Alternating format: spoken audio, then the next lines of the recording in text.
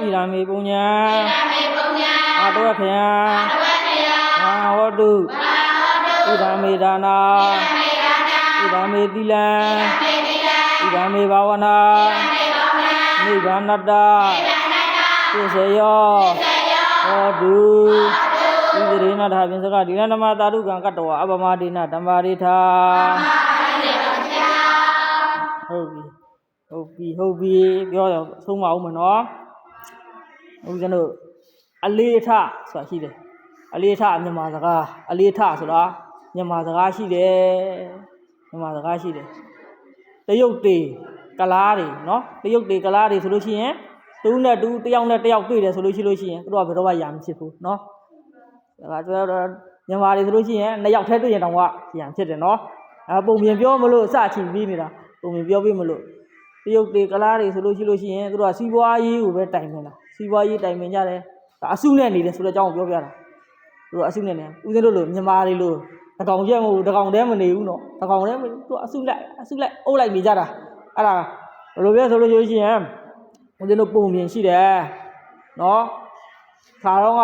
တော်ကြီးတော်မှာတဲ့နော်ဟိုတမင်အုပ်တုပ်ရှိတယ်နော်တမင်တုပ်ရဲ့နောက်တစ်ခါဟွာဟာလဲညီခွေးရဲ့နောက်တစ်ခါဘာလို့ရှင်သေးရဲ့သူ့အုပ်စုလေးနဲ့တူနေကြတယ်ရှင်သေးကတော့ဘာလို့ဆိုလို့ရှိရင် तू ကအင်အားကြီးတယ်လေ तू ကအင်အားကြီးတယ်ဆိုတော့ तू ကတိလိษံနေထဲမှာဆိုလို့ရှိရင် तू ကဘိုပဲ तू ကတော့အင်အားကြီးတယ် तू ကအင်အားလည်းကြီးတယ်ဒီ तू ကဆင်ကိုတောင် तू ကနိုင်တယ်နော်ဗလာချင်းရှင်တော့မနိုင်ဘူးဒါပေမဲ့သူ့မှာခွန်အားရှိတယ်နော်ထားပါပြောချင်တာကဘာလဲဆိုလို့ရှိရင်တနေ့တော့ခါမှာကတော့ဘာလို့တလဲဆိုလို့ရှိရင်အဲ့ဒီချင်းသေးအဲ့ဒီတမင်ရောနော်တမင်တွေကရေတောက်ဆင်းတဲ့လူနဲ့ရှင်ရေတောက်ဆင်းသွားတဲ့လူကသွားမိသားစုလေးနဲ့ပေါ့တချို့ကလည်းပါ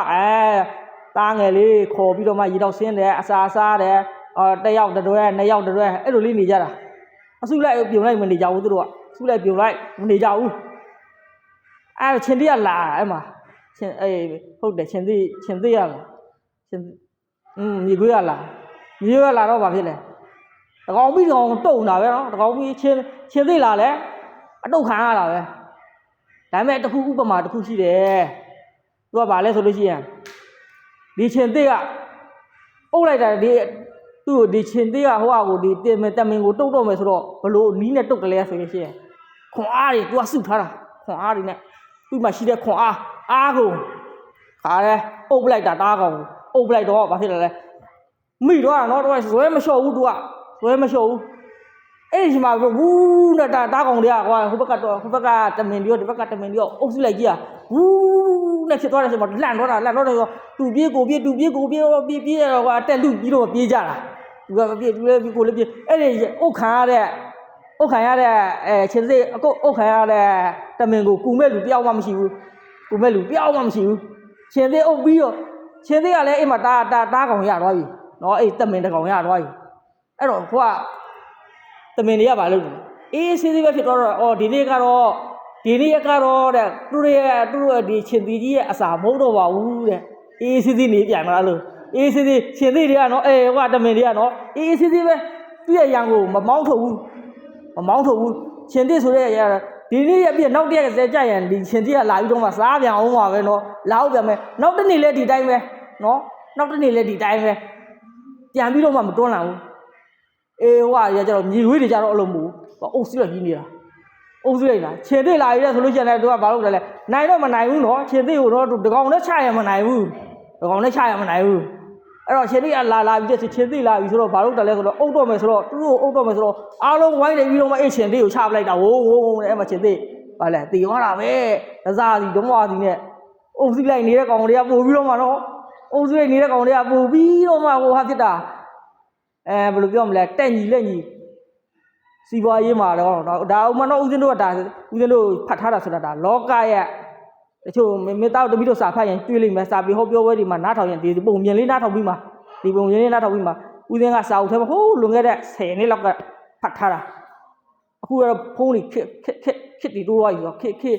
တိုးတက်တဲ့ခေတ်ကြီးဆိုတော့ဖုန်းထဲမှာအလွယ်တကူရှာတွေ့နိုင်ပြီစာအုပ်တွေအဲ့ဒီစာအုပ်တွေကိုအလွယ်တကူဖတ်ရှုနိုင်ပြီအလွယ်တကူလည်းနားထောင်နိုင်ပြီအိုးလွန်ခဲ့တဲ့10နှစ်ကျော်လောက်ကဆိုလို့ရှိရင်ဦးဇင်းတို့ဘာဖုန်းမှမရှိဦးဇင်းတို့ကိုရင်တွေဆိုလည်းမကန်ရဘူးဖုန်းဆိုတာလည်းဒီလိုတိုးတက်တဲ့ဟာမဟုတ်တော့ခါကျတော့မကန်ရသေးဘူးမကန်ရတော့ဘာလို့လဲစာအုပ်တွေအဲ့မှာစာအုပ်စင်တွေအများကြီးရှိတယ်စာအုပ်တွေအဲ့ဒီမှာဦးဇင်းတို့ကအဲ့ဆရာတော်ကပေးတဲ့စာအုပ်တွေဖတ်တာဦးဇင်းတို့အဲ့တော့ငယ်သေးတယ်ဆိုတော့ဘာလို့ချင်တာလဲဒီဖိတ်ဒီတော့မှစီးပွားရေးတွေလုပ်ချင်တာနော်ဒီတော့မှစီးပွားရေးတွေလုပ်အိမ်တော်တွေပြုအဲ့လိုတွေစိတ်ကူးရင်တော့အဲ့အမှမထင်ပဲနဲ့အဲ့စာအုပ်ကိုတွားတွေ့တာအမှမထင်ပဲနဲ့အဲ့စာအုပ်ကိုတွားတွေ့ပြီးတော့ဒီစာအုပ်ကလေးဖတ်ကြည့်လိုက်တော့သဘောကျသွားတာငါတို့ဟုတ်တယ်နော်ဦးဇင်းတို့ဗမာလူမျိုးတွေနော်တူတယောက်တည်းပဲနေပြီးတော့မှစီးပွားရေးလုပ်တယ်တယောက်တည်းပဲခံစရာရှိလဲတယောက်တည်းပဲတယောက်တည်းကြီးပဲလုပ်တော့သူများအုပ်စုလိုက်နဲ့လာလို့တော့ခါကြလို့ရှိရင်အုပ်စုနဲ့ဟာတော့ကိုယ်ကြောက်ချတော့ခမဲဆိုလို့ရှိရင်အုပ်စုလိုက်သူများကြောက်ချလာလို့ဆိုလို့ရှိရင်ဘလို့မှမကဝယ်နိုင်ဘူးဘလို့မှမကဝယ်နိုင်ဘူးနော်ဘလို့မှမကဝယ်နိုင်ဘူးအုပ်စုလိုက်ကိုထိုးလာပြီးဆိုရင်တယောက်တမခံရမှာပဲနော်တယောက်တမခံရမှာပဲကိုကစီးပွားရေးဘလောက်ဖဲကျွမ်းကျင်နေပြောနော်ကိုကဘလောက်ဖဲဈေးအောင်ကောင်းတယ်ပြောကောင်းတယ်ပြောဘေးကနေလာပြီးတော့မှအုပ်စုနဲ့ကိုထိုးချလိုက်ဖြစ်ကိုကဘူးမတိပါမတိနဲ့ထောင်ထဲတောင်ရောက်သွားနိုင်သေးတယ်နော်ဘူးမတိပါမတိနဲ့အဲ့ဒါဘာပြောလဲကိုမှခုလိုငယ်စဉ်ရွယ်တဲ့နဲ့အလုပ်တစ်ခုကိုလုပ်တော့မယ်ဆိုလို့ရှိရင်စုပေါင်းပြီးတော့မှလုပ်ကြကိုရဲ့တငယ်ချင်းအဖွဲ့ကိုရဲ့မိသားစုအဖွဲ့ဦးဇင်းတို့ရွာထဲမှာအများကြီးပဲမိသားစုတွေနော်မိသားစုတွေဦးဇင်းကြည့်တယ်မိသားစုတွေဆိုလို့ရှိရင်အိမ်မှာထားတော့နော်ဘဟုတုတရာရှာတာဆိုတာကတော့ထားလိုက်တော့ဘဟုတုတရှာအပြင်ထွက်ရှာကြတာစီပွားရေးအမြင်သွားရှာကြတာဘုဒ္ဓတာရှာကြတာဟာဒါပေမဲ့ဘာလို့လဲစုပေါင်းဖို့ရအချိန်မှမရှိဘူးနော်ပြီးတော့ယောက်ျားရသွားရပြီးရင်မိန်းမကြီးသွားကြတယ်အချိန်မှမိသားစုနဲ့ပေါင်းပြီးတော့မှနေစီပွားရေးလုပ်သွားတယ်ဆိုတာမရှိဘူးနော်စီပွားရေးလုပ်တယ်ဆိုတာစုပေါင်းပြီးတော့မှနေတဲ့အိမ်ကိုလည်းကြည့်လိုက်တိုးတက်တယ်နော်စုပေါင်းပြီးတဲ့အိမ်မှာလည်းနေကြည့်လိုက်ဦးဇင်းကမြင်တယ်ဘေးဒီလိုအိမ်လေးတွေကနေလို့ဒီလိုအိမ်ကြီးတွေစီဦးဇင်းကဒီလိုတိုက်ကလေးဒီလိုတဲကလေးနေပြီမဲ့သူ့မှာမိသားစုနဲ့တိုက်ဝန်းအလိုလုပ်နေတဲ့လူကကြီးပွားသွားတာနော်ဒါကြီးပြမှနေပြီမဲ့လို့မိသားစုကမညီညွတ်ဘူးဆိုလို့ရှိရင်အဖေအမေတွေနဲ့တာသမီးနဲ့မညီညွတ်တော့ဘူးဆိုရင်အဲ့ဒီမိသားစုကပြိုကွဲတာပဲတော့ပြိုကွဲတာတော့မဟုတ်ဘူးစီးပွားရေးတွေကြာပြီးတော့မှပါတဲ့အကျိုးကြီးအများကြီးနေတယ်ဟောပဲနော်သူကလည်းမရှိဘူးလားမဟုတ်ဘူးလေလည်းရှိတယ်ခင်းလည်းရှိတယ်နော်လေလည်းရှိတယ်အခင်းလည်းရှိတယ်ဟာလေစုစည်းမှုမရှိဘူးအဲ့ဒါဗမာလူမျိုးပဲဦးဇင်းတို့နဲ့တူပဲဦးဇင်းလည်းဒီတိုင်းပဲတယောက်တည်းပဲကြောင်းကိုတက်ခဲ့တာလားကြောင်းကိုဒါပေမဲ့ဦးဇင်းကဗုဒ္ဓဘာသာဆိုတော့ဦးဇင်းတို့ကတော့ဒါအုံမဦးဇင်းတို့ကဘုန်းကြီးနဲ့ညီညွတ်ဘာလို့မလဲဆိုရင်တိုင်ပြီးတော့မှဦးဇင်းတို့ကဒါရိုက်နဲ့ပေါင်းမင်းပြီးတော့မှ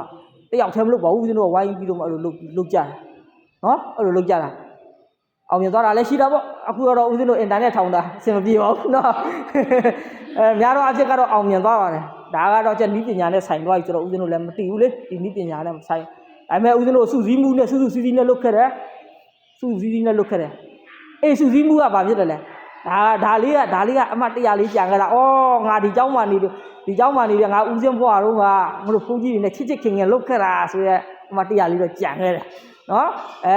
်တော့တပည့်တို့လည်းအဲ့လိုပဲအဲ့လိုမျိုးပဲဆိုဒါငယ်သေးတယ်နောက်ကျကြီးလာအောင်ပါနော်မိသားစုမှာလည်းပေါင်းစည်းဖို့ရဟိုကနော်တက်ကြွနဲ့အလုပ်လုပ်ရမစည်းဝါးရေးမှာဆိုလို့ရှိရင်လည်းအတိုင်းအဝန်းနဲ့တငယ်ချင်းအဖွဲ့အစည်းနဲ့အဲ့လိုလုပ်တဲ့လူတွေကပို့ပြီးတော့မှကိုယ့်ရဲ့မိတ်ဆွေတွေနဲ့စည်းဝါးရေးလုပ်တဲ့လူတွေကပို့ပြီးတော့မှကြီးပွားတာမြန်တယ်နော်မိသားစုမှာဆိုလို့ရှိရင်လည်းချစ်ခင်ကျင်နာနဲ့စည်းဝါးကြီးပွားတာတွေစီးပွားတိုးတက်တာတွေကြီးပွားတာတွေချစ်ခင်အဖေအမေနဲ့ညီတို့မောင်နှမတွေနဲ့နေလို့ရတယ်အခုမိသားစုတွေဦးဇင်းတို့မိသားစုတွေရောနော်တခြားရွာမှာလည်းကြီးအဲ့တော့မှမဟုတ်တရုတ်တွေချမ်းသာလာမင်းနဲ့ကလားတွေချမ်းသာလာမင်းနဲ့နော်သူတို့ကအဲ့လိုပဲစုပေါင်းပြီးတော့မှအဲ့လိုလုပ်တာသူတို့ကအဲ့လိုစုပေါင်းအဲ့လိုချင်းတဲ့အဲ့ဒီလိုညီခွေးတွေလို့သူတို့ကစုပေါင်းပြီးတော့မှနေကြတာသူတို့ကတမင်တွေလို့မဟုတ်ဘူးတယောက်ဒုက္ခရောက်ပြီဆိုလို့ရှိရင်လည်းဝိုင်းပြီးတော့မှဒီလူကစီးပွားရေးကျနေပြီနော်သူ့မှာအားမရှိတော့ဘူးသူ့မှာအားမရှိတော့ဘူးဆိုလို့ရှိရင်သူ့ဝိုင်းပြီးတော့မှအဲ့လိုပတ်မိုးကြတာပြောင်းလဲတာစီးပွားရေးဒီငွေကြေးရောဒါဘာလို့ပြောမလဲနောက်ကအုံနောက်ပိုင်းဆိုင်ရာတွေရောထောက်ပံ့နေအများကြီးပေးပြီးတော့မှသူ့မှာချူတော်ခုနကတော့ထူထောင်တော့မဖြစ်နိုင်တဲ့ပြိုလဲနေတဲ့လူကဘေးနားကနေပြီးတော့မှကလားအတိုင်းစုကလားတရုတ်ပေါင်းပြီးတော့မှသူတို့မိသားစုတွေကိုပေါင်းပြီးတော့မှပြိုးထောင်ပေးလိုက်တာကဲဒီမိသားစုလည်းပြည်တယ်သွားတယ် ဗမာတွေတဲ့ချမ်းသာတော့တော့နော်ဗမာတွေတဲ့ချမ်းသာတော့တော့ဗောနော်အဲ့ဒါ